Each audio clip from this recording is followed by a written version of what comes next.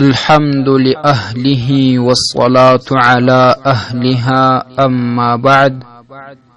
معزز یورور پختنه کړی ده چې د ماشوم تر پیدایښت وروسته چې دا کومه موده د نفاس ده په دې کې د ښځې سره جماع یا کوروالي کول څه حکم لري او وروسته بیا څه کول پکار دي؟ الجواب وبالله التوفیق. محترم وروره، چې تر څو زنانه صفا شوې نه وي نو د نفاس په حالت کې ورسره کوروالي کول حرامه ده، کبیره ګناه ده. او که چیرې زنانه صفا شوې وي نو بیا که یې غسل لا نه کړی هم جماع ورسره وسي، ښه کار نه دی، لیکن حرمت بیا نه راځي.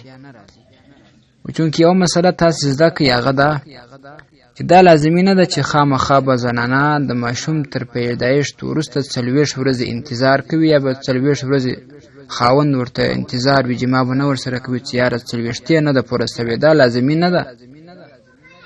بعضې زنانه داسې وي چې د ماشوم تر پیدایښت وروسته په 15مه باندې صفا شي، بعضې پر 20مه، بعضې پر 25مه، دغسې پر 30 باندې. چې کله وینه ختمه سوي زنانه خپله پوه سي چې نوره مرضي ختمه ده، غسل دی وکړي، خپل عبادات کولی شي او خاوند ورسره مباشرت او جماع کولی شي، بیا حرمت نه راځي.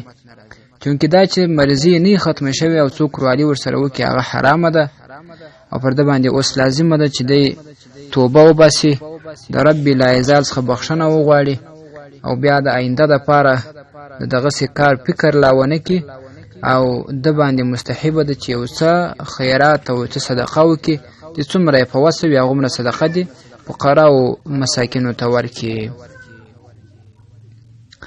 الدر المختار مع رد المحتار، دویم جلد 214 صفحه، باب الحیض.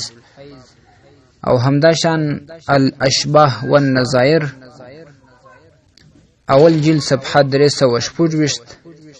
او همداشان منهاج السنن، څلورم جلد 208 صفحه، باب ما جاء في الكفاره. السلام علیکم ورحمت الله وبرکاته. ستاسې د اسلامي پوښتنو جوابونکی مولوي حکيم الله صابر الحنفي صاحب د پوښتنو لپاره د رابطې نمبر 002 314 و 88 440. والسلام.